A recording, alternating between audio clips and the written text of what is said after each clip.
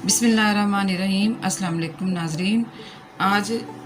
ਅੱਜ ਕੀ ਦਾਲ ਮਾਸ਼ ਦਾ ਪ੍ਰੋਗਰਾਮ ਅੱਜ ਹੈ। ਸਾਡਾ ਇਰਾਦਾ ਤੁਹਾਨੂੰ ਬਣਾ ਕੇ ਸਿਖਾਣੀ ਹੈ ਅਸੀਂ ਮਾਸ਼ ਦੀ ਦਾਲ। ਠੀਕ ਹੈ ਜੀ, ਬੜੀ ਅੱਛੀ ਬੜੀ ਇਨਸ਼ਾਅੱਲਾ। ਪਸੰਦ ਕੀਤੀ ਜਾਂਦੀ ਹੈ, ਲੋਕ ਬਹੁਤ ਪਸੰਦ ਕਰਦੇ ਨੇ। ਅਸੀਂ ਸੋਚਿਆ ਕਿ ਅੱਜ ਮਾਸ਼ ਦੀ ਦਾਲ ਦੀ ਰੈਸਿਪੀ ਤੁਹਾਨੂੰ ਤੇ ਖਾਣੇ। ਕਿਹੜੀਆਂ ਕਿਹੜੀਆਂ ਚੀਜ਼ਾਂ ਰਿਕੁਆਇਰਡ ਨੇ ਇਹਦੇ ਵਾਸਤੇ?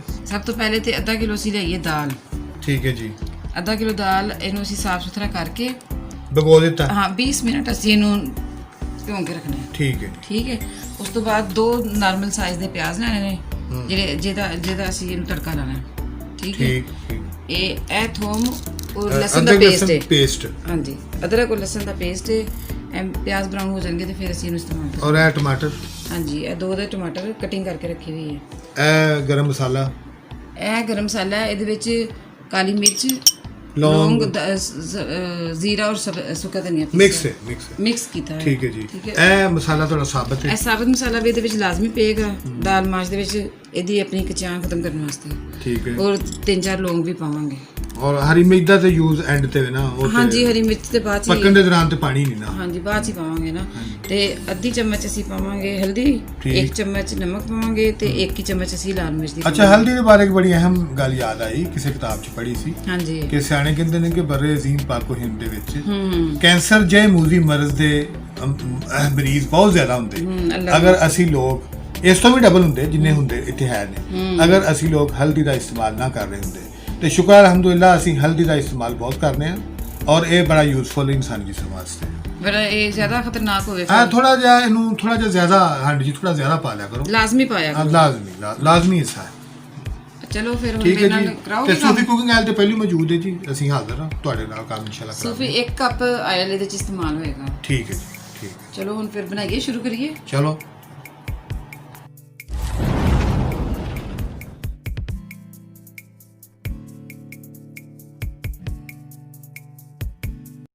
बिस्मिल्लाहिर्रहमानिर्रहीम। ठीक है जी, हसबे मोल सूफी कुकिंग ऑयल कढ़ाई च पाओ ਤੇ ਕੰਮ ਕਰੀਏ ਸ਼ੁਰੂ। ਦਾਲ ਮਾਸ਼ ਬਣਾਉਣੇ ਹੈ। ਹਾਂਜੀ, ਇਹਦੇ ਚ 1 ਕੱਪ ਤਕਰੀਬਨ, ਜ਼ਿਆਦਾ ਨਾ ਪਾਓ। 1 ਕੱਪ ਤੇਲ। ਠੀਕ ਹੈ ਜੀ, ਠੀਕ। ਨਾਜ਼ਰੀਨ, ਖਾ ਕੋਈ ਵੀ ਕੁਕਿੰਗ ਆਇਲ ਹੋਵੇ ਉਹਦੀ ਜ਼ਿਆਦਾ ਜਿਹੜੀ ਮਿਕਦਾਰ ਹੈ ਉਹ ਇੰਜੂਰੀਅਸ ਹੀ ਹੈ। ਇਹਨੂੰ ਨਾਰਮਲ ਮਿਕਦਾਰ 'ਚ ਹੀ ਇਸਤੇਮਾਲ ਕਰਨਾ ਚਾਹੀਦਾ। ਠੀਕ ਹੈ ਜੀ, ਪਿਆਜ਼ ਪਾਤਾ ਜੀ। ਇਹਨਾਂ ਨੂੰ ਨਾ ਅਸੀਂ ਹਲਕਾ ਹਲਕਾ ਫਰਾਈ ਕਰਨਾ ਹੈ।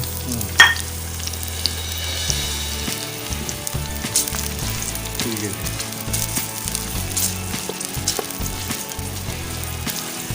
ਇਹ ਜਦੋਂ ਲਾਈਟ ਬਰਾਊਨ ਹੋ ਜਾਣਗੇ ਨਾ ਤੇ ਫਿਰ ਇਹਦੇ ਵਿੱਚ ਅਸੀਂ ਉਹ ਪੇਸਟ ਪਾਵਾਂਗੇ, ਅਦਰਕ ਔਰ ਲਸਣ ਦਾ। ਚਲੋ ਜੀ, ਅਗਲਾ ਮਰਲਾ ਵੇਖੋ। ਪਿਆਜ਼ ਤੇ ਹੋ ਗਏ ਨੇ ਤਿਆਰ, ਵੇਖੋ। ਠੀਕ, ਬਰਾਊਨ ਹੋ ਗਏ। ਪਿਆਜ਼ ਤੇ ਠੀਕ ਹੋ ਗਏ ਨੇ। ਹੁਣ ਇਹਦੇ ਚ ਬਾਕੀ ਪਾਈਏ ਚੀਜ਼ਾਂ। ਹਾਂਜੀ, ਪਾਓ। ਇਹ ਪੇਸਟ ਥੋੜਾ ਪਾਓ। ਲਓ ਜੀ। ਇਹ ਲਾਜ਼ਮੀ ਪੇਸਟ, ਅਦਰਕ ਔਰ ਲਸਣ ਦੀ ਪੇਸਟ। ਲਓ ਜੀ, ਟਮਾਟਰ।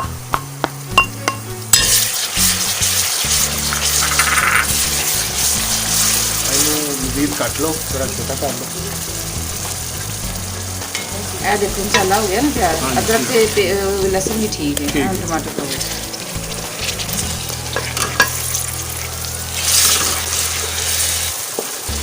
ਹੈਲੋ, ਚਮਚ ਉਹ ਫੜਾਓ ਮੈਨੂੰ ਜਰਾ। ਹੈਲੋ, ਫਰਾਈ ਕਰੋ। ਇਹ ਲਾਲ ਮਿਰਚ, ਹਾਂ, ਹਲਦੀ, ਹਾਫ ਟੀ ਸਪੂਨ ਤਕਰੀਬਨ ਮਿਰਚ ਪਾਵਾਂਗੇ। ਹਾਫ ਟੀ ਸਪੂਨ, 1 ਚਮਚ ਛੋਟਾ ਹੈ ਨਾ। ਹਾਂਜੀ, ਠੀਕ ਹੋ ਗਿਆ। ਜਰਾ ਫਿਰ ਫਰਾਈ ਕਰ ਲਓ। ਹਾਂ, ਇਹਦੇ ਵਿੱਚ ਇਹਨਾਂ ਵਿੱਚ ਥੋੜੇ ਜਿਹੇ ਸਾਬਤ ਮਸਾਲਾ ਪਾਣਾ ਹੈ। ਹਾਂਜੀ, 3 ਮੋਟੀ ਸਭ ਬੜੀ ਇਲਾਇਚੀ, 2-3 ਲੌਂਗ ਪਾ ਕੇ 1-2 ਟੁਕੜਾ ਦਾਲਚੀਨੀ छोटे छोटे पाने में। बड़ा अच्छा मसाला, कितनी अच्छी खुशबू आ रही है ना। हाँ जी, मसाला तो जरा ना तैयार हो रहा।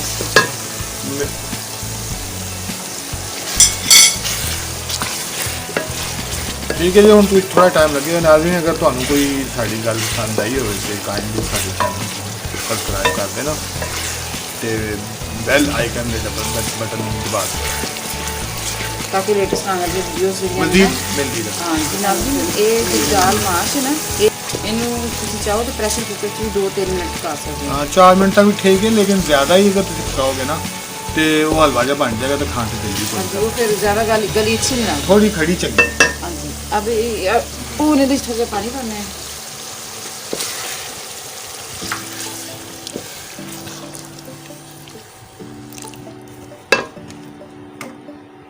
जाओ दाल पाई हेलो चलो पानी तो निकल गया, उतार लिया अच्छी तरह ना। हम ਇਹਦੇ ਵਿੱਚ ਅਸੀਂ ਦਾਲ ਪਾ ਲੈਣੀ। चलो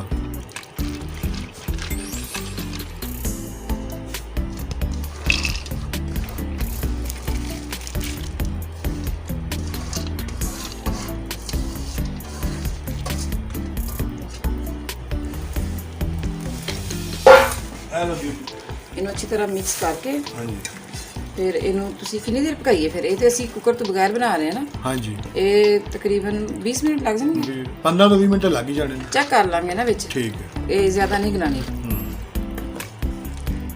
हेलो हाँ जी की पोजीशन देखो ਸਾਲਨ ਦਾਲ 20 ਮਿੰਟ ਲਾਏ ਨੇ ਇਹਨੂੰ चल ਤੇ हल्की आंच पे ਹਾਂਜੀ ਹੁਣ ਅਸੀਂ ਚੈੱਕ ਕਰ ਸਕਦੇ ਹਾਂ। ਵੇਖੋ, ਇਹ ਇਸ ਤਰ੍ਹਾਂ गलदा है बड़ी ਗਲ ਗਈ ਹੈ, गल गई ਬੜੀ ਮੁਨਾਸਿਬ ਗਲ ਗਈ ਹੈ। चेक तो कराओ दा ਇਹ ਥੋੜੀ ਜਿਹੀ ਨਾ ਅਸੀਂ ਇਹਨਾਂ ਨੂੰ ਚੈੱਕ ਕਰਵਾਉਂਦੇ ਹਾਂ। ਇਹਦੇ 'ਚ ਨਾ ਹਲੇ ਸੀ ਨਾਜ਼ਰੀਨ ਇਹ ਪਿਸਿਆ ਹੋਇਆ ਮਸਾਲਾ ਜਿਹੜਾ ਨਾ ਉਹ ਥੋੜਾ ਜਿਹਾ ਅਸੀਂ ਇਹਦੇ 'ਚ ਛਿੜਕਣਾ ਹੈ। बहुत अच्छी गल गई है और टेस्ट भी बहुत अच्छा आ रहा है। ਥੋੜਾ ਜਿਹਾ ਸਾਬਤ ਮਸਾਲਾ ਪਿਸਿਆ ਹੋਇਆ ਮਸਾਲਾ ਪਾ ਕੇ ਫਿਰ ਅਸੀਂ ਥੋੜਾ ਜਿਹਾ ਭੁੰਨਣਾ ਹੈ।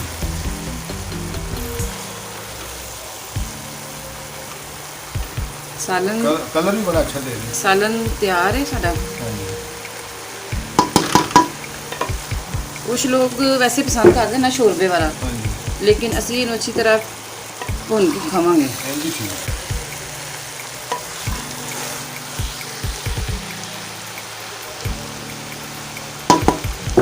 ਲਓ ਜੀ, ਇਹ ਨਾ ਸਾਲਨ ਤਿਆਰ ਹੈ। ਇਹਨੂੰ ਡੂੰਘੇ ਪਾਈਏ ਫਿਰ ਹੁਣ। हाँ लाओ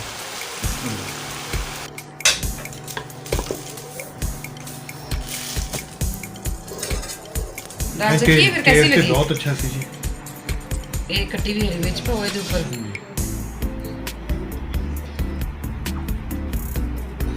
ਇਹ ਥੋੜਾ ਜਿਹਾ ਸਬਜ਼ ਧਨੀਆ ਪਾਓ, ਤੁਸੀਂ ਪਾ ਦਿਓ ਸਬਜ਼ ਧਨੀਆ।